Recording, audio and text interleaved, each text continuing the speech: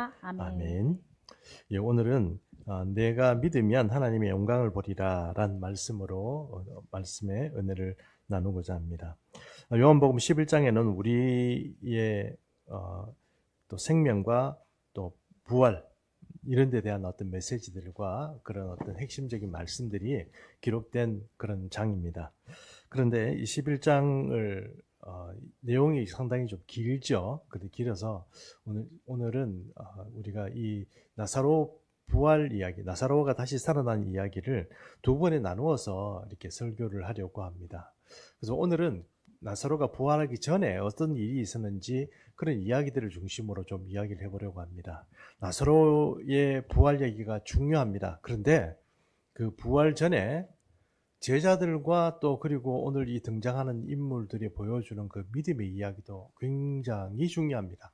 왜냐하면 우리에게 부활신앙이라는 것을 부활을 통해서 예수님께서는 우리에게 굉장히 중요한 어떤 임팩트를 던집니다. 인사이트를 던지고 우리가 알고 있는 믿음의 어떤 수준들을 뛰어넘는 그런 일들을 일으키십니다.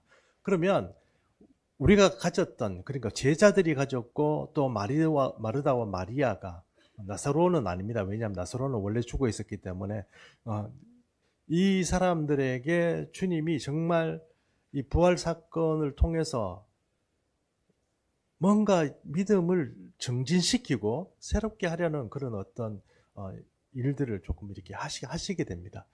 그 대화 중에 그리고 그들의 수준이 드러나는 그런 대화들을 우리가 좀 읽어보면 이게 이제 그 시대에 그들의 문제가 아니고 그들의 제자의 문제가 아니고 똑같은 문제에 봉착하고 있는 우리 믿음에 대한 어떤 이야기이기도 한 것입니다. 그래서 오늘 그런 말씀들을 통해서 우리의 믿음도 같이 한번 점검해보는 그런 기회를 좀 가졌으면 좋겠습니다. 그래서 오늘의 대부분의 이야기들은 그러니까 나사로가 다시 살아나는 그 직전에 있었던 어떤 이야기들, 그런 이야기들을 중심으로 오늘 좀 살펴보려고 합니다. 그런데 오늘 요한복음 11장을 잘 살펴보면 이 사도 요한이 이렇게 기록을 참 잘해 두신 것 같아요. 잘해 두셨는데 그 기록을 보면 이렇게 단락별로 이렇게 나누어 보면 그 단락마다 사도 요한이 주목하고 있는 그런 포인트가 있습니다. 그 포인트를 중심으로 우리가 좀 살펴보려고 하는데, 그래서 오늘은 한 3개 정도의 단락으로 오늘 나사로의 다시 살아나기 그 이전까지의 사건들을 우리가 좀 살펴보려고 합니다. 그래서 먼저 단락별로 한번 살펴보려고 하는데요. 첫 번째 단락입니다. 첫 번째 단락은 1절에서 4절까지 말씀이거든요.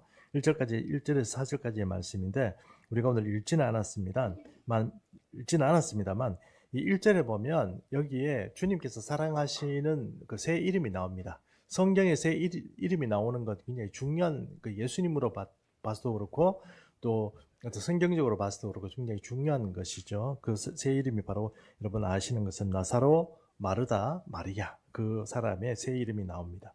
근데 그 중에 좀 특별한 이름이 하나 또 나오는데 그것이 누구냐? 마리아입니다.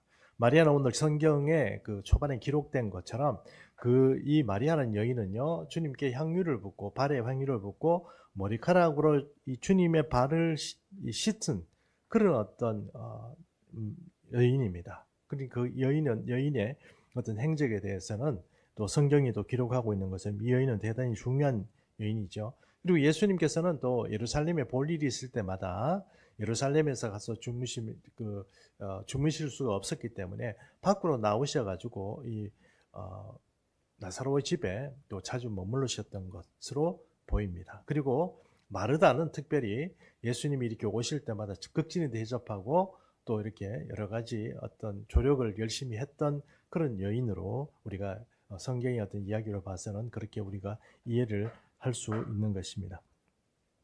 예, 그런데 이 1절에 4절의 내용 중에 이 여인들이 감당하지 못할 사건들이 생겼습니다. 주님을 사랑하는 그런 사람들인데 나사로가 병이 걸렸는데 그 병이 중대합니다.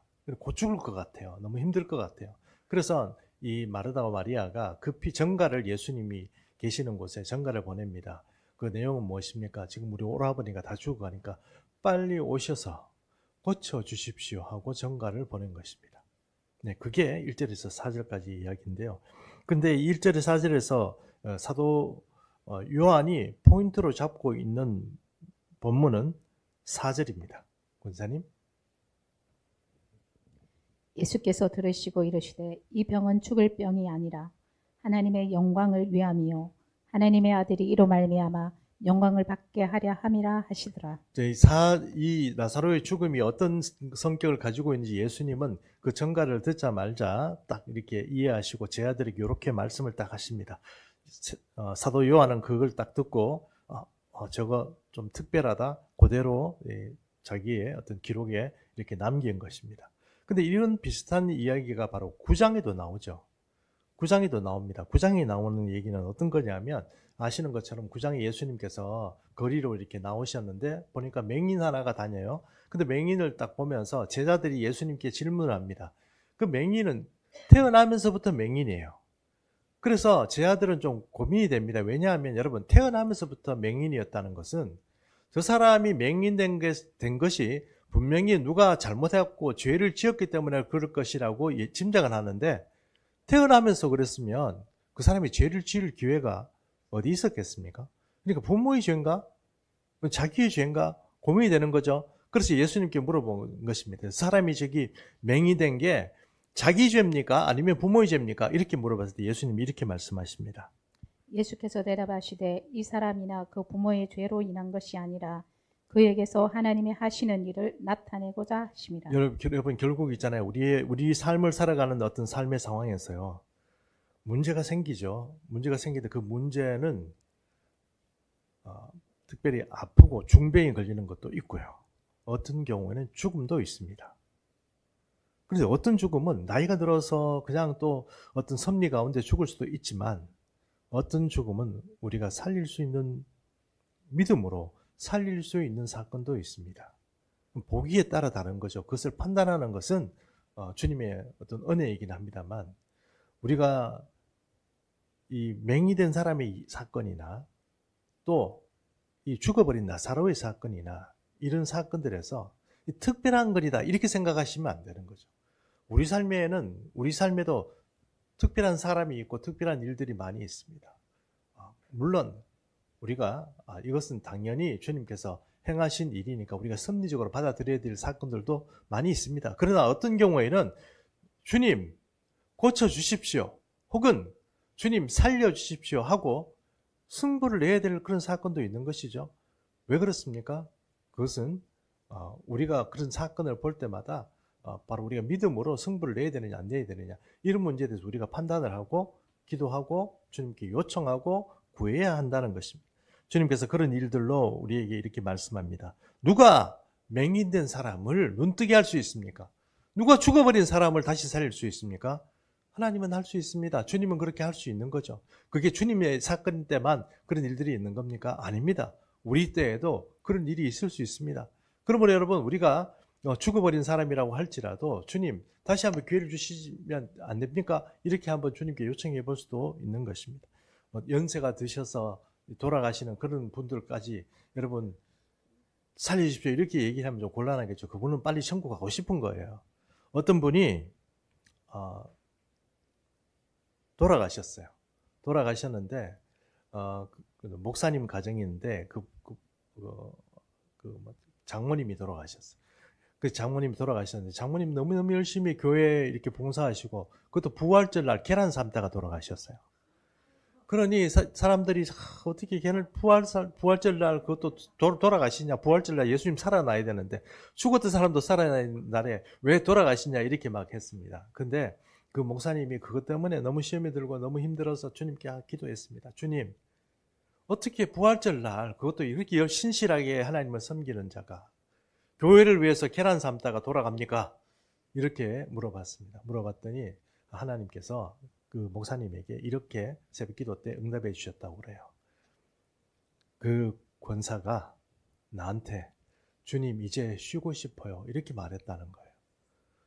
내가 쉬기 싶다는 거 그래서 내가 그 생명을 거두고 지금 너희 어머니가 내 품에 있다 이렇게 응답을 해 주셨다는 거예요. 여러분 정말 그렇게 해서 돌아가셔야 될 부분도 있는데 그런 분을 억지로 살려달라고 할 수는 없잖아요.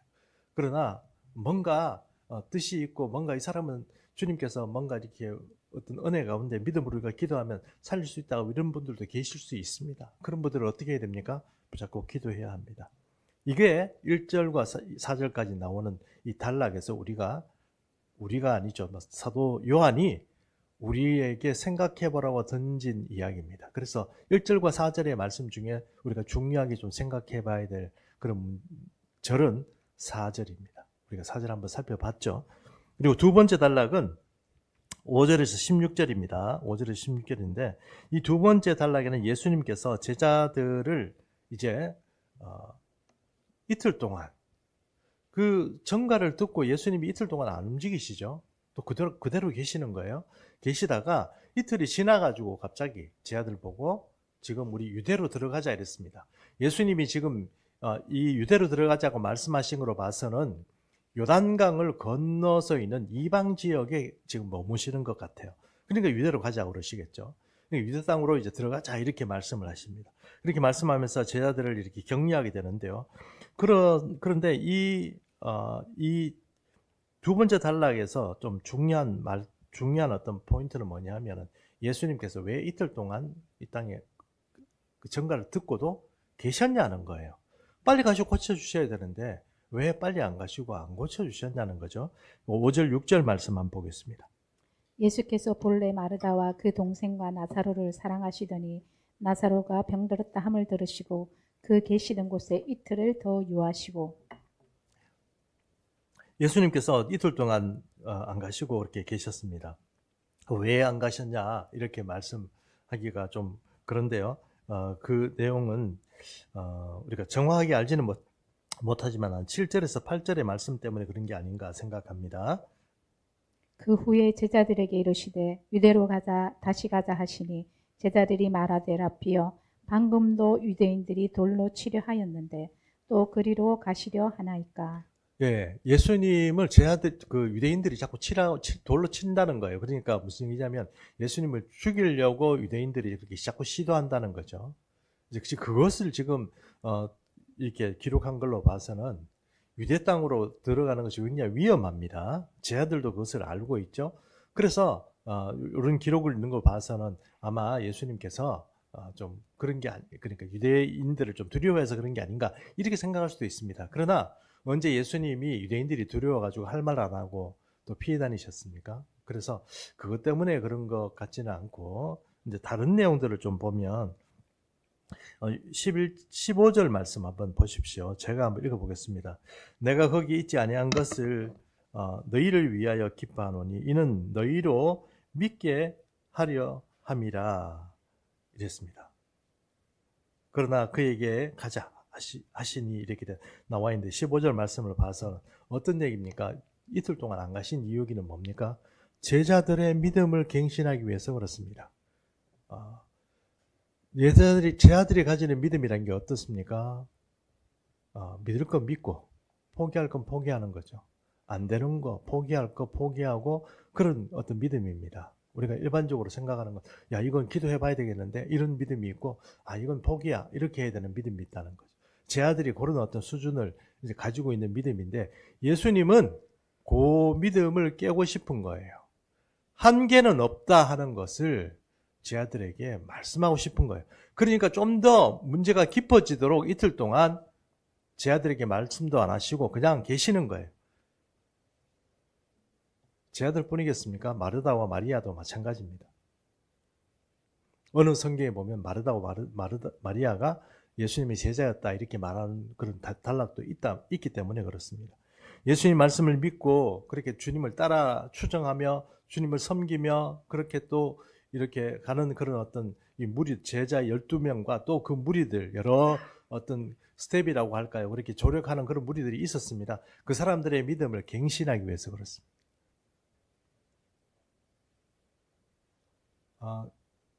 저는 오늘 분명히 여러분에게 말씀드리고 싶습니다. 여러분 우리 믿음도 갱신해야 됩니다.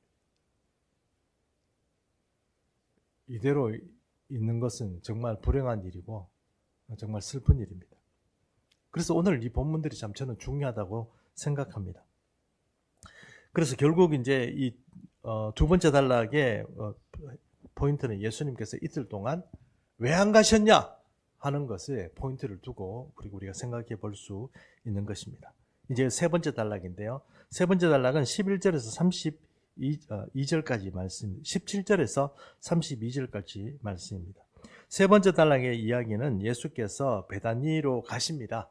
가셔서 동구 밖에 머무십니다. 동구 밖이라는 것은 여러분 동네 안에 그 집에 들어가지 않고 동구 밖에서 그냥 머무시는 거죠. 그러니 그 얘기를 듣고 마르다가 예수님께서 오신다는 얘기를 듣고 동구 밖에 찾아옵니다.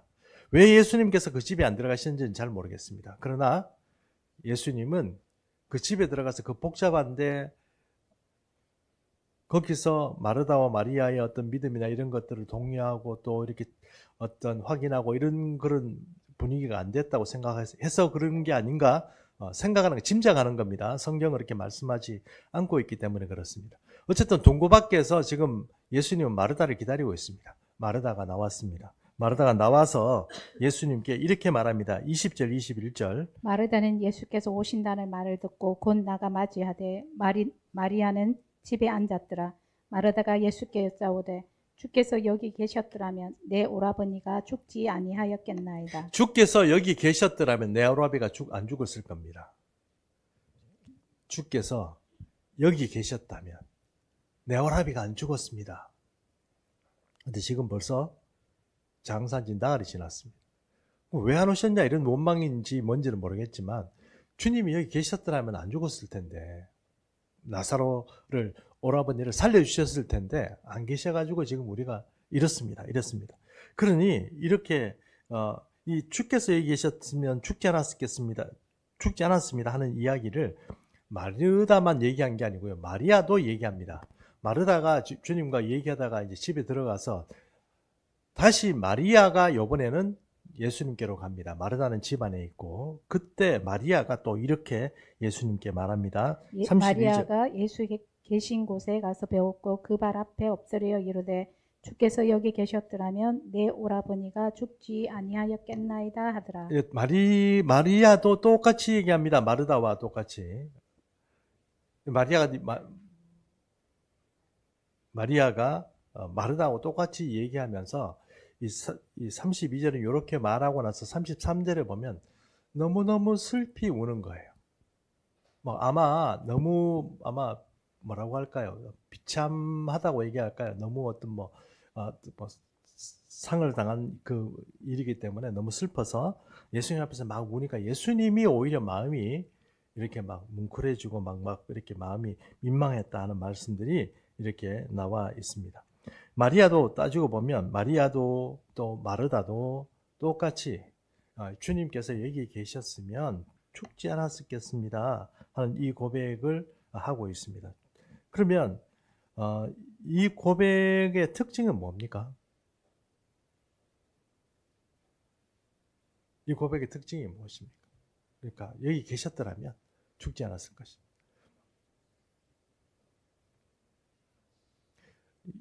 예수님이 우리의 믿음, 그러니까 마르다, 마리아 이런 사람들의 믿음이 과거적인 믿음이라는 거죠. 그러니까 지나갔는데 지나간 이야기입니다. 며칠 전에, 나흘 전에 주님께서 계셨다면 고칠 수 있었는데 지금은 아무것도 못한다는 얘기죠. 지금은 안 된다는 얘기죠. 지금은 끝났다는 얘기 아닙니까? 그렇잖아요. 지금은 끝났다는 얘기예요. 과거적인 믿음을 가지고 있는 거예요. 그러니 슬피 울고 예수님 앞에서도 지금 굉장히 슬픈 거예요. 굉장히 괴로운 거예요. 그런데 여러분, 이게 우리가 오늘 성경 본문을 읽어봤지만 마르다의 고백에 보면 꼭 그렇지 않다는 것도 있습니다. 정말로서 현재적으로 주님이 어떻게 지금이라도 뭘 할 수 있습니다라고 고백하는 부분이 있습니다. 그 부분이 어떤 거냐면 22절입니다. 그러나 나는 이제라도 주께서 무엇이든지 하나님께 구하시는 것을 하나님이 주실 줄을 아나이다.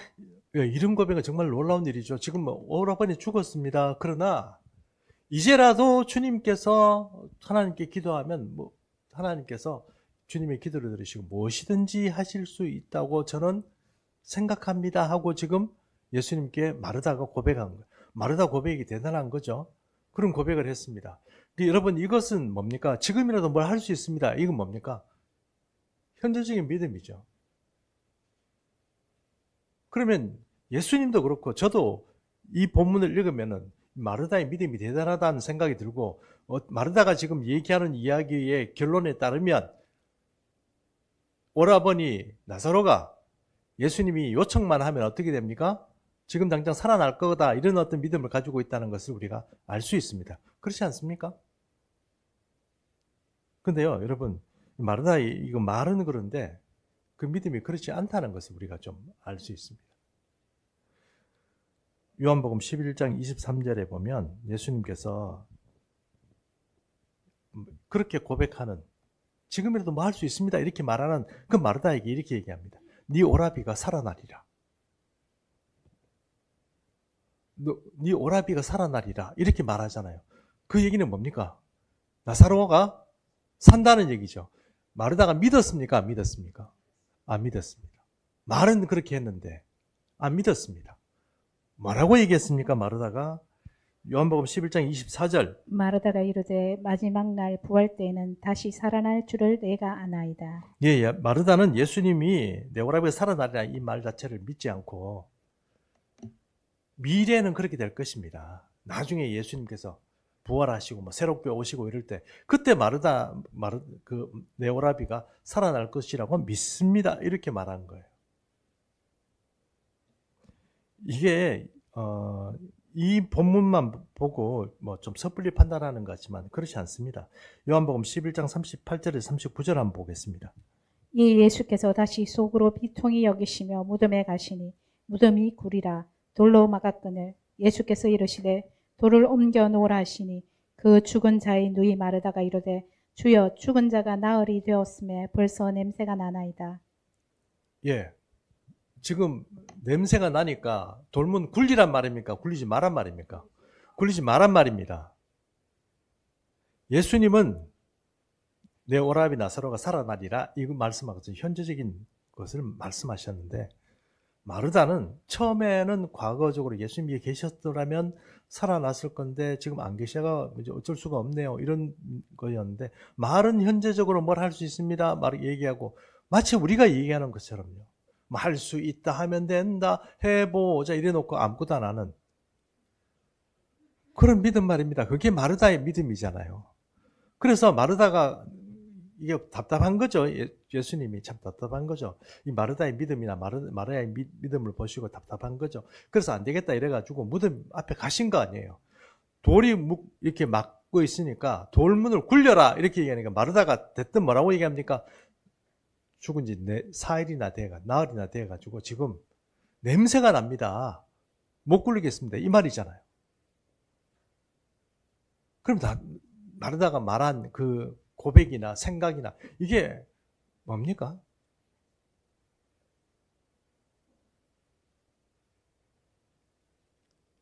마리아의 믿음은요, 과거 지향적이거나 혹은 미래 지향적입니다.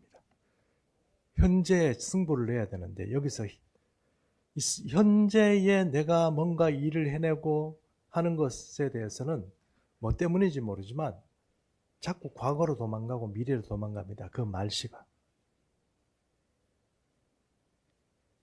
현재가 없어요. 현재적인 믿음이 없어요. 현재 기적이 일어나고 현재 치유가 되고 현재 살아나는 그 말이 없어요. 그 믿음이 없어요. 자꾸 주님은 이렇다 얘기하는데도 마르다와 마리아의 믿음은요, 과거로 도망가거나 미래로 도망가는 거예요. 도망가는 믿음을 가지고 있는 거예요. 주님께서 이 마르다에게 이렇게 얘기합니다. 40절입니다.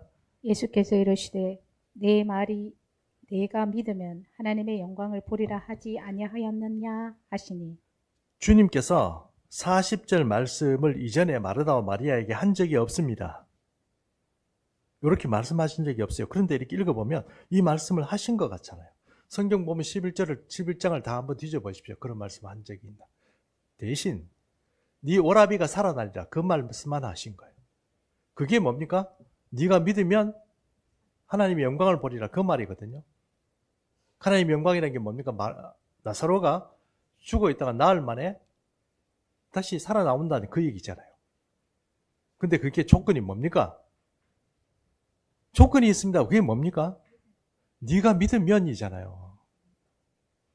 네가 믿으면이잖아요. 마리아도 마르다도 그리고 주님의 제자들도 설령 주님의 어떤 그 삶의 어떤 사역의 과정 가운데 죽었던 사람을 살리는 그런 사역을 받다가 할지라도 지금은 못 믿는 거예요. 지금은 안 믿어지는 거죠. 그게 제자들의 믿음이고 마리아와 마르다의 믿음입니다. 그런데 주님은 뭐라고 얘기합니까? 내가 믿으면 주님의 영광을, 하나님의 영광을 보리라. 이 말씀을. 여러분, 오늘 이 말씀 통해서 우리는 우리 믿음 중에 우리가 지금 미처 생각해보지 못했던 그런 믿음이 게 있구나 하는 것을 좀 여러분 발견하셨을 거예요. 저는 이게 여러분 중요하다고 생각해요. 첫 번째는 뭐냐면 우리 믿음이 자꾸 과거와 미래로 도망가는 믿음이에요. 여러분 믿음이 있습니까? 없습니까? 여러분에게? 말씀해 보십시오. 우리 예수 믿으러 여기 와 있는 거 아닙니까? 우리에게 믿음이 없다고 말할 수는 없어요. 근데 그 믿음이 왜 힘을 내지 못합니까? 뭔가 사건을 일으키지 못합니까? 기적을 일으키지 못합니까? 내 주변의 지인들과 친척들과 친구들에게 그들이 어려운 일에 있을 때 왜 내 기도는 그들을 효과적으로 그곳에서 극복하고 이겨낼 수 있는 힘들을 발휘하지 못합니까? 내가 뭐 때문에 문제입니까? 내 믿음이 어떤 문제가 있습니까, 여러분? 우리가 이만큼 신앙생활을 해왔는데 또 미래에 대한 천국에 대한 어떤 소망도 있고 그런 꿈도 가지고 있는데 왜 현실에서는 아무 일도 안 일어납니까? 왜 우리의 믿음이 이렇게 나약하죠? 기적 같은 놀라운 일들이 우리 삶에 일어나야 되는데 왜 우리에게는 이렇게 믿음이 연약합니까? 세상 사람들이 당하는 것 그대로 다 당하고 병들 거 그대로 다 병들고 죽을 거 그대로 죽고 뭔가 특별하고 하나님의 신의 손이 개입되어 있다는 느낌이 아무것도 안 들고 변화도 안 되고 은혜도 안 되고 그런 삶을 우리가 지금 살아가고 있는 게 뭐 때문에 그러냐? 저는 그것이 우리의 믿음이 없다기보다는 자꾸 우리의 믿음이 결정적인 순간에 이 현재에 있지 아니하고 과거로 도망가고 미래로 도망가서 그렇다. 저는 그렇게 생각합니다. 제 아들의 믿음이 그런 거죠. 현재를 믿지 않고 현재에 대해서 승부를 내지 않고 그 믿음이 좀 약해지고 믿음의 책임이 없는 과거로 미래로 도망가 버리는 그런 믿음을 가지고 살았기 때문에 그렇다는 것입니다. 어떤 소방관 목사님의 얘기를 하나 좀 잠깐 하겠습니다. 제가 간증을 이렇게 우연히 봤는데요. 그 소방관 출신인데 뭐 퇴역하고 목사님 된 사람 말고 현업에서 소방관으로 일하다가 목사가 되신 분이 있어요. 그래 그 목사님이 이제 간증삼아 이런 얘기를 하더라고요. 자기가 어머니의 신앙을 따라서 27년 동안 예수를 믿었대요. 근데요, 자기 삶에 아무 일도 안 일어나는 거예요. 하나님을 경험도 안 되고 은혜도 안 되고 나는 괜히 주님으로부터 유기된 버림받던 그런 신앙인 것 같아요. 내 기도는 응답도 안 되고 교회 왔다 갔다 하면서 이렇게 신앙생활 하는데 그 이유는 혹시 주일날 교회 안 가면 하나님께서 벌 내리실까 봐. 그래서 교회를 억지로 다니는 거예요. 어머니 신앙 따라서. 근데 27년 동안 그 생활을 하고 나니까 이게 안 되겠다는 거예요. 도저히 못 견디겠다는 거예요. 아니 하나님은 살아있다고 그러는데 살아있다는 말이 거짓말이거나 아니면 나는 하나님으로부터 버림받았을 것이다 이렇게 생각한 거예요.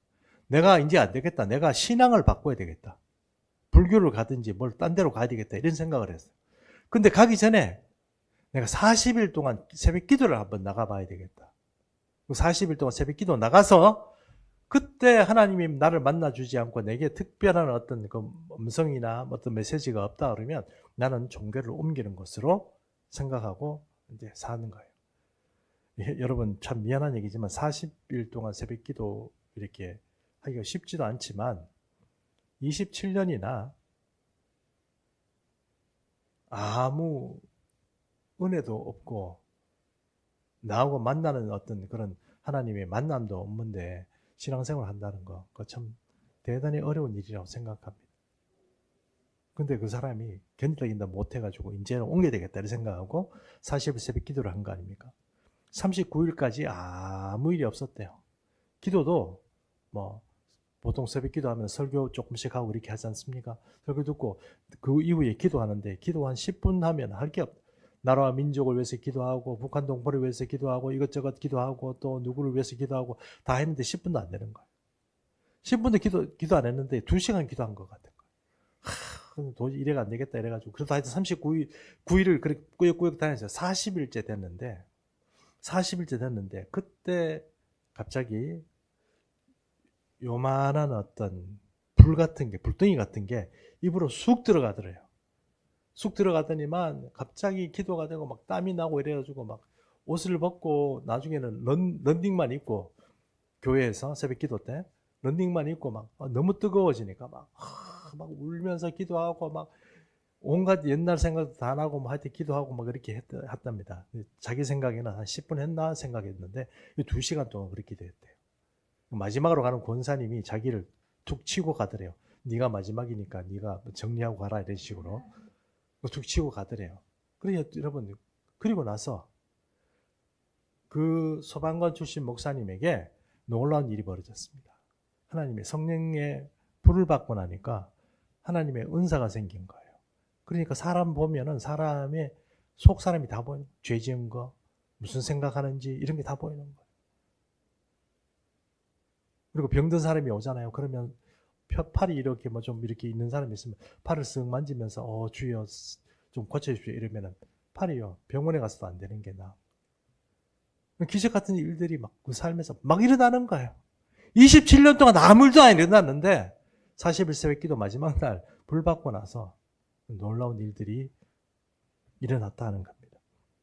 그래서 그 목사님이 지금 열심히 신앙생활 잘하고 있는데 개척한 지 지금 얼마 전에 봤는데 7개월인가 밖에 안 됐대. 7개월밖에 안 됐는데 교인이 14명인가 있고 하여튼 그렇답니다. 앞으로 장래가 촉망되는 목사님이라고 생각합니다. 근데 여러분 제가 여러분에게 이렇게 말씀드리고 싶습니다. 왜 우리는 하나님을 만나야 됩니까? 우리의 믿음을 현재화하기 위해서 그렇습니다.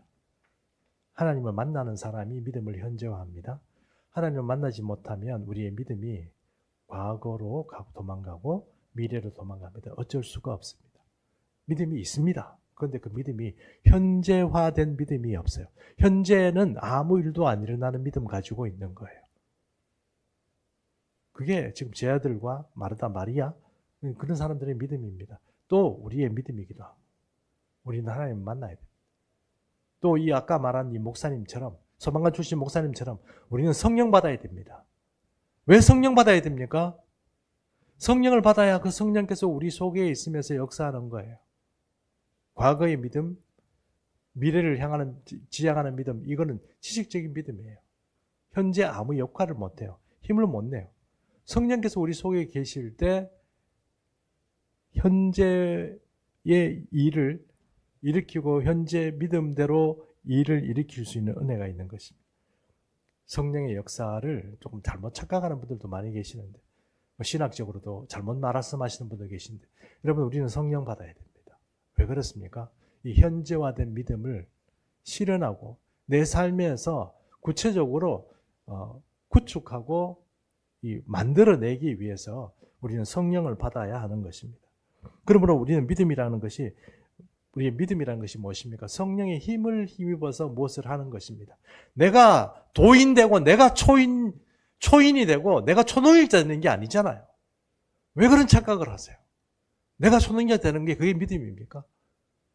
내가 뭐 대단한 일을 하는 게 그게 믿음입니까? 아닙니다. 성령께서 우리 속에 들어오셨을 때 그게 성령께서 하시는 거 아닙니까? 그게 믿음이잖아요. 저는 최근에 마태복음을 읽다가 그냥 최근에 마태복음을 읽었으니까 여러분 아시는 것처럼 제가 공동체 성경 읽기 하다가 갑자기 발견된 말씀인데 마태복음 17장 19절에서 20절입니다. 이때 제자들이 조용히 예수께 나와 이르되 우리는 어찌하여 쫓아내지 못하였나이까. 이르시되 너희 믿음이 작은 까닭이니라. 진실로 너희에게 이르노니 만일 너희에게 믿음이 겨자씨 한 알만큼만 있어도 이 산을 향하여 여기서 저기로 옮겨지라 하면 옮겨질 것이요 또 너희가 못할 것이 없으리라. 저는 이 말씀을 진짜 도전을 받았습니다. 왜 나는 아무것도 못할까?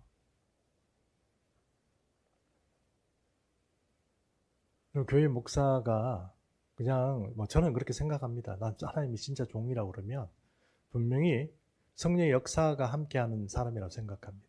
이전에 한 말씀 드렸죠? 우리나라 대한민국 사람들은 말 잘하는 그런 목사가 대단한 목사라고 생각하고 목회 크게 하는 목사가 대단한 주님의 종이라고 생각하는데 천만의 말씀이에요. 서구권에만 가도 그렇습니까? 성령 받은 목사가 대단한 사람이고 성령 받지 못한 목사는 아무것도 아니에요. 그래서 여러분 오늘 이 말씀을 보면서 이런 생각했어요. 나는 왜 아무것도 못할까? 제자들이 봉착했던 그 문제들이 있잖아요. 제자들이 늘 주님께서 야, 너희 믿음이 어디에 있냐? 내가 너희를 얼마나 참아야 되냐? 믿음 없는 세대여. 이런 그런 말씀을 자주 하시잖아요. 저는 그 말이 이해가 안 됐어요. 어쩌면 그 말이 우리에게 하는 말 똑같은 말 아니에요? 주님께서 우리에 보고 야, 너 믿음이 있구나 이렇게 말씀하실 것 같아요? 우리 삶에 아무 일도 일어나지 않는데 내 변화도 안 일어나고 늘 시험에 봉착하고 세상적인 어떤 그 유행에 쫓아가지고 살아가는 내 삶의 모습에서 거기 주님이 보시고 야 너는 참 믿음이 있구나 이렇게 말씀하실 것 같아요?